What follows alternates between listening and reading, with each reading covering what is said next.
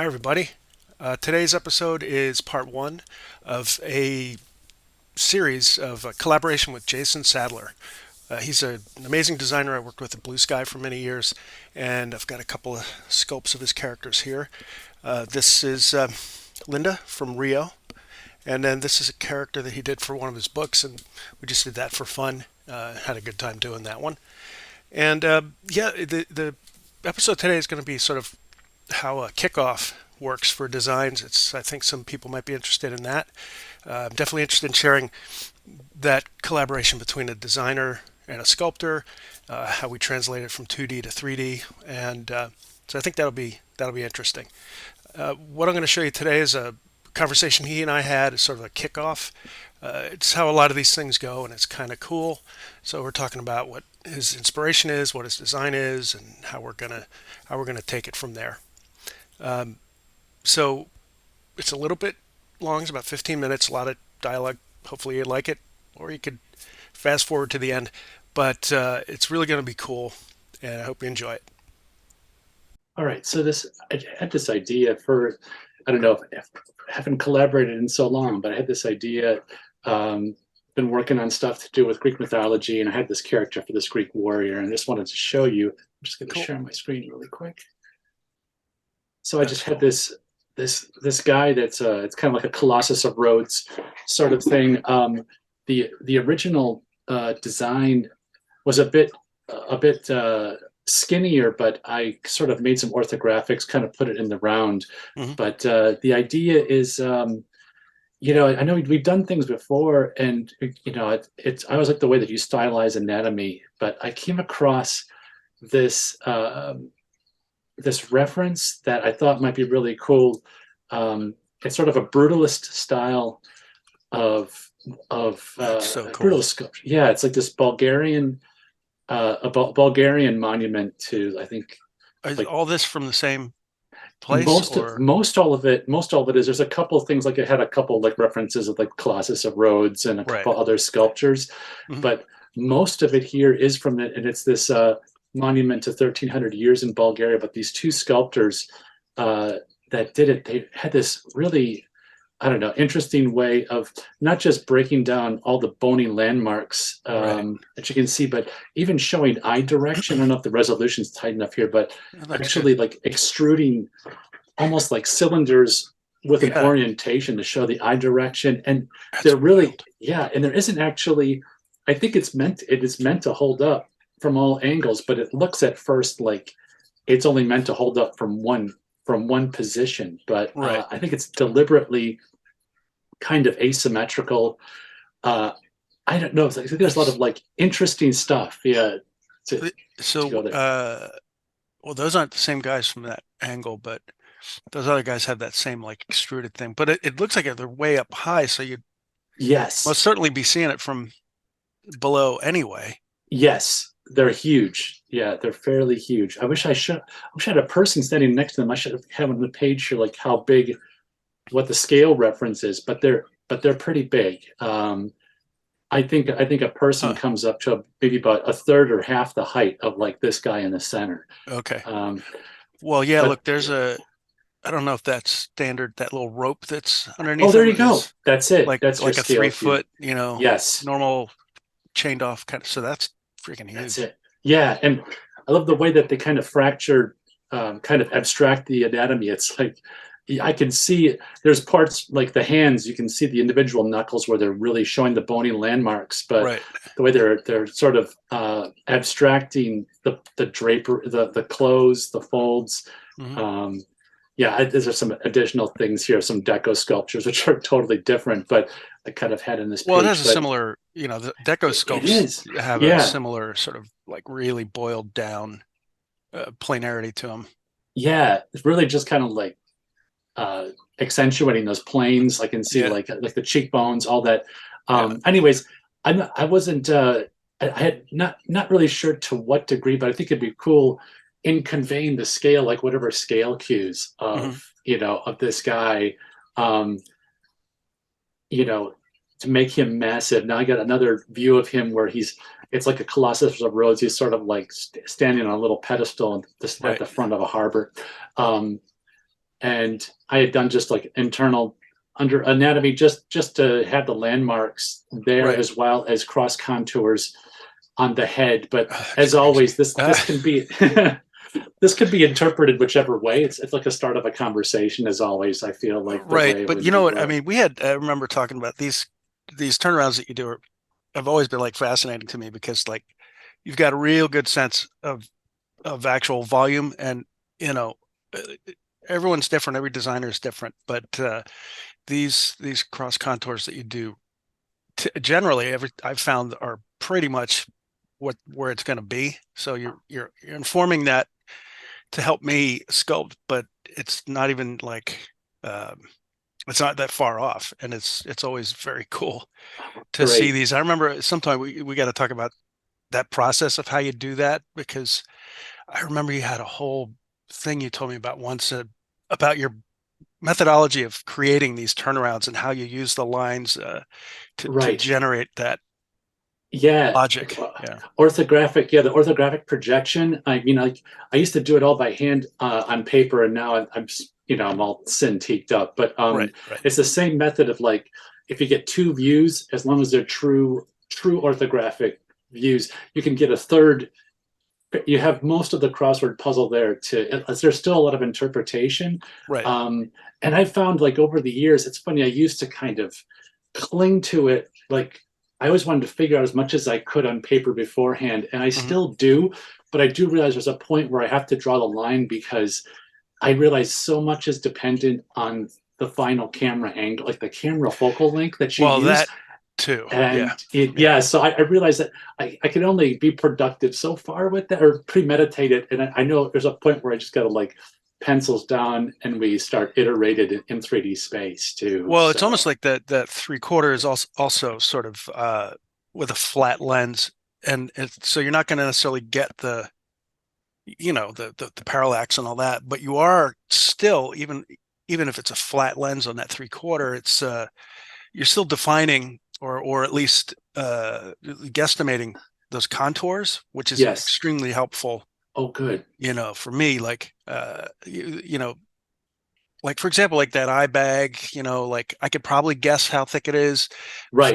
from the side view, but you're also Yes. indicating like just more, you're just helping indicate the volume, which I think is always very cool. Oh, good. I should have opened this, but I also have the original design is this guy here. Right, And right, as you can see, it's more of an illustration. There's more of like graphic flatness. And it's funny right, when I think when I first pitched this to you, I right. realized that I had to go back and do some homework and translate this guy. So there's a little bit of dimensionality, but there's also a deliberate sort of kind of not heating dimensionality Right. flatness to it. Well, And he which definitely thickened works. up a little bit. Yeah, Yeah, I yeah, mean, and it works for like classic, concept art. Like there's so much of that, Disney and Pixar and other places of concept art that's just like extremely graphic, just to kind of like get ideas out yes, there. And at some point, it's going to have to become 3D, and that stuff's going to have to change. But what's great is again, you could have given me this drawing, and I could have done a couple of rounds at it, and we would have gone back and forth to figure stuff out. But anything that you give me ahead of time just sure. speeds up the process. So That's yeah, I great. think that's really helpful to just get those additional volumetric things. And also when you're pitching it, we were talking about it before, is you know, at first I was thinking, we're going to make a standard maquette of an animation character, but looking at that sculpture and also the fact that it's this colossus, uh, we're talking about going ahead and making it the sculpting this first one as the actual stone or whatever material sculpture. Yes, So it yeah, will be intentionally more plainer, more rough to represent its scale and that it yes. is actually this giant sculpture. And then maybe down the road we can flesh it out more and give it actual life and scale to do an animatable, That'd be potentially great. animatable character. So that's what's going to be cool. We're also going to have to figure out, like the idea of putting in seams and things like that, once we get there, how it's Right. to intentionally make it look like it's built and not just a giant, you know, digital maquette. Yes. Yeah. I like too is like I always love what you do with the anatomy. I've like I think everything we've worked on in the past, you've always, you know, obviously you plussed it and like, added anatomy that I had not built in and, Right. and solidified it. And I feel the same way here too. It's like I've got a few rhythms in here, but I feel like it's the start of a conversation, like just to have Well, you just yeah. kind of just riff and But in a play way with too, it. like specifically if we're looking at that brutalist stuff and we're talking about doing this as a Yeah. sculpture, I would initially sculpt it like that so that it Right. is very like you have put just the right amount of stylization in it, like Hmm. have some crisp lines where the bicep is, etc., and then the extensors and everything folding around the elbow, and literally sculpt it stylized Okay. like that, which I think would be Yeah. awesome. That'd be great. Yeah. Yeah. And I guess I got the cart before the horse, but I had a page of just some of the original, inspiration. No Oh yeah. surprise here. Most of it's from, the Greek pottery, Right. and pretty much just, hearkening to those cues and just, caricaturing from there. But Right. this is, directly from the source. Um, And it's interesting yeah. too, yeah, because your stylized character, a lot of these characters are like really thin like that, Oh, and yeah. it's very cool. Exactly. It's like I look at stuff like this, and some Yeah. of it's like I don't know. You can take it further, but it's amazing how far Mm-hmm. the caricaturing is in the source material. There's so It's much kick, crazy. kick to it already. Um, yeah, and of Excellent. course this stuff These is good. guys. Yep. Yeah. So this is all available here too. The posing, like this is hard to photograph, but it was all on the top of one of these urns. But Oh, these little action poses of all these dudes on the top, like they're so wow. pushed. Like this guy is like sliding. This dude's sliding Uh, in underneath that guy. yeah. There's so much punch. Wow. Anyway, I know our guy's a little more. He's in a more calm stance, but I think Right. this is where all the source came from. Excellent. No surprises there. So Cool. yeah. So Well, I mean, I'm really psyched about doing this. It's going to be very cool. yeah, me too. I was really excited when you were up for a little bit more collaboration. It's been 12 years since the last time. Yeah, well, hopefully it So won't take me 12 years to do it, but no, it's great. it's like anything else. It's kind of like on the side, but like I think like doing it in installments is going to be kind of cool. Yeah, And so we'll just kind of, record it as we go and grab whatever we can. Um, I'd like to definitely do some more discussion about your design stuff sure. as we go, and but also Yeah, as we're doing it, like the crits and the conversation about how it develops, from definitely. where we start. Yeah, I wonder if we could even do like if you'd like to, I'd be happy to do like live uh, drawovers. Like if I don't Yeah, know if that would it's be possible to awesome. share. If that's more of a No, if it's absolutely. I more think of a that'd be if that cool. zoom, yeah, I could like Yeah, annotate right on the screen if you'd like just drawing cross contours or things like that. That'd yeah, be that'd great. be great. Yeah, yeah, Excellent. Well, I'm excited about it. Okay, so I thought I would start just really quickly, build a scene. I'm not going to go far with this, but at least we can see that I have actually started this project. So first thing I'm going to do is load in this image plane, and I'm going to work orthogonally for a while. And so right now it's sitting in there in the background, but I actually want it in my scene. So I'll come over here and I'll insert that guy, then I'll clear that background. So then I'm going to load that texture on there, and I'm going to rotate this over. So once I have that scaled, I'll duplicate this guy and set it up for the back here so I can, or actually for the front, so I can see it from the front. But I won't move it up or down or scale it, because that way I know that those two are exactly the same. I'm going to move him over a little bit. All right, so there we go. We've got my scene set up to start going. And I'll just kind of move some stuff around for now, just a real quick base setup.